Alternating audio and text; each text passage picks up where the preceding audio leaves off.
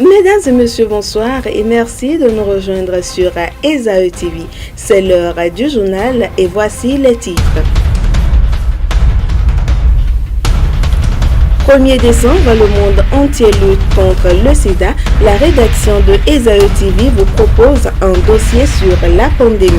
Ouverture de la COP 21 hier à Paris, nous en parlerons à travers la presse béninoise. À nouveau, bonsoir. La conférence des partis sur les changements climatiques se tient depuis hier à Paris. Près de 150 chefs d'État et de gouvernement y sont réunis. Au Bénin, certains journaux en parlent et c'est ce que nous renseigne Abdelkader Achirou à travers la revue de presse. Abdelkader Achirou, bonsoir. Bonsoir Yannick, chers téléspectateurs en ligne, bonsoir. Le climat en étude à la COP 21, la tribune de la capitale publie ce jour. En manchette, le discours de Boni Yayi à la COP 21. Toujours au sujet de la COP 21, le progrès progresse dans l'information en titrant COP 21 vers un accord universel contraignant à Paris. Retour à l'actualité au Bénin, toute la kyrielle de journaux se focalise sur le choix de Lionel Zinsou comme candidat des forces Kouri pour un Bénin émergent FCBE à la présidentielle de 2016. Du coup, l'indépendant s'interroge pour ce qui est de l'alternance politique au Bénin en 2016 et met à sa une Lionel Zissou ou le troisième mandat de Boni Yayi. Pour ce journal, après Boni Yayi, ça pourrait être encore Boni Yayi.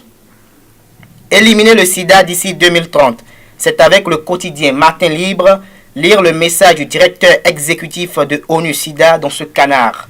Retour en politique avec le journal L'Actualité, élection présidentielle de 2016. Yacoubou Malehossou mobilise Abomey pour Sébastien à Javon. Quotidien Le Contemporain titre gigantesque mobilisation de la nouvelle conscience au stade de l'amitié de Kourounou. Koukpaki prend son envol et fait un pas géant vers la marina. Après plusieurs semaines de grève, l'école béninoise reprend vie au lendemain de la suspension de la motion de grève du Front d'action des syndicats de l'enseignement et c'est le Contemporain qui apporte cette nouvelle. De Paris, revenons au Bénin où les actions de l'homme sur l'environnement s'intensifient. La population de Pompon, dans le 4e arrondissement de Cotonou en République du Bénin, vit dans un environnement peu salubre, une situation que les autorités tentent de maîtriser, mais du côté de la population, une désolation s'observe. Suivez ici le reportage fait à cet effet par Enoch Laradé. Nous sommes ici à Pampan, juste à la descente du nouveau pont de Cotonou en République du Bénin. Ces sachets plastiques et ces immondices ornent le quotidien des riverains et des animaux qui partagent ce cadre de vie peu salubre. C'est derrière cette clôture qu'ils déversent les ordures. Et depuis, le chantier est demeuré ainsi pour des raisons que nous ignorons. C'est la raison pour laquelle la population continue de polluer la berge. Conscients de la situation et des dangers qui en découlent, les riverains se disent lassés de la situation et accusent les autorités locales qui, eux, sont d'avis contraire. Nous avons l'habitude avec mes conseillers et le petit marché qui s'anime au bord de la voie, du nouveau pont, tous les derniers samedis du mois.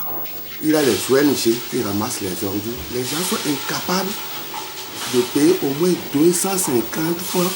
Ces efforts annoncés contrastent avec les réalités que vivent les habitants de Pampan. À qui la faute est-on tenté de dire? L'incivisme de la population ou l'inattention des autorités? Une chose est sûre, l'état d'ordure règne toujours. Aujourd'hui, 1er décembre, journée internationale de lutte contre le VIH-Sida. Au Bénin, les avis divergent encore sur la question du dépistage, pourtant une des méthodes préventives de lutte contre la maladie. Leandro Kodo a tendu son micro à plusieurs Béninois et voici leur avis sur la question du dépistage. Mon dernier test du sida, je l'ai fait en 2013. Il y a 5 mois. Mon dernier test de sida remonte lors de ma dernière grossesse, il y a 4 ans. Ça nous permet aussi de savoir si on n'a pas d'autres infections. Même s'ils ont l'envie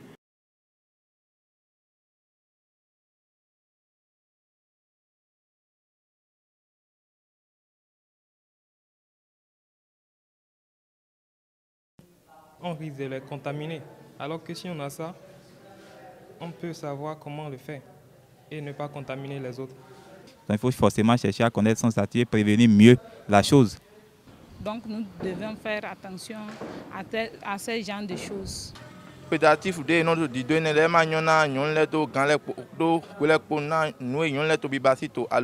Certains qui croient toujours que c'est une maladie qui n'existe pas.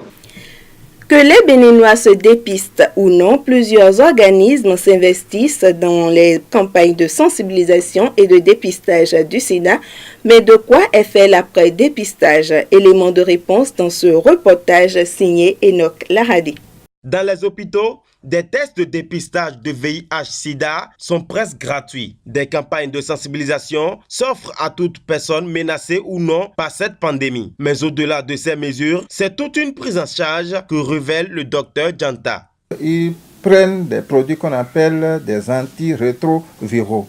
Et ces produits sont gratuits. Ce n'est pas payant. Et donc, dès que nous les référons vers le centre adéquat, ils sont pris en charge et puis on les éduque sur le plan comportemental. À notre niveau, de temps en temps, nous les revoyons. On continue le counseling. Plusieurs personnes souffrent de cette maladie en République du Bénin et les autorités du secteur de la santé en font leur cheval de bataille. Nous avons aujourd'hui au Bénin près de 31 000 personnes vivant avec le VIH qui sont sous ARV, qui prennent quotidiennement leurs médicaments. Alors, cette prise en charge est organisée au niveau national, elle est rendue accessible par la création, l'accréditation de 92 sites de prise en charge. Pour atteindre l'objectif zéro nouvelle infection, zéro discrimination et zéro décès liés au sida de l'Organisation mondiale de la santé, la prise en charge des personnes vivant avec le VIH ne doit pas être négligée. Des campagnes de sensibilisation et de dépistage du VIH-Sida se multiplient. Les organisateurs espèrent ainsi contribuer à la réduction du taux de prévalence. Mais quel est l'impact de ces programmes sur les bénéficiaires? Réponse avec Abdelkader Achiro. En Afrique et dans le monde. Nous nous rapprochons de la cible dans leur localité pour faire ces campagnes et nous constatons vraiment un engouement de la cible autour de cette activité-là et les gens viennent de façon aisée se faire dépister, et ce qui montre maintenant que tout le message qu'on passait depuis quelques années, que les gens ont à cœur quand même de connaître leur statut. Des séances au cours desquelles on expose aux participants les moyens de prévention contre la maladie. Des actions sont coordonnées à des fins précises. Il y a un travail qui a été fait, qui a fait aujourd'hui que la propagation, donc en matière de VIH-Sida, n'est plus au rythme comme au départ. Et donc, nous devons poursuivre les actions et pour nous assurer que cette maladie-là finisse totalement un jour. Cependant, l'impact de ces campagnes est diversement apprécié par les bénéficiaires. Parler du sida, on nous a montré comment il fallait porter le préservatif, tout. Mais ça a été trop truc à mes yeux. Donc depuis ce jour, je me suis dit, bon, ce genre de choses, ça ne m'intéresse pas parce que bon, je me suis dit quelque part, on ne doit pas apporter des choses comme ça, présenter des préservatifs devant des gens comme ça. Donc, ça a été ma sensibilité. Donc depuis ce jour-là, lorsqu'il y a ce genre de choses, je ne vais pas. Je n'ai jamais fait le test du dépistage du sida parce que je ne crois pas trop en ça. Pour commencer, je ne suis même pas un coureur de jupons. Bon. Donc je n'ai jamais rêvé d'utiliser le condom. Quels impacts ou non, les campagnes se multiplient avec pour objectif d'éradiquer le VIH-Sida en République du Bénin. Mesdames et messieurs, c'était les infos sur Esaü TV. Merci de nous avoir suivis et restez avec nous sur Esaü TV pour la suite de vos programmes. Et n'oubliez pas le réflexe désormais www.esautv.com pour être informé.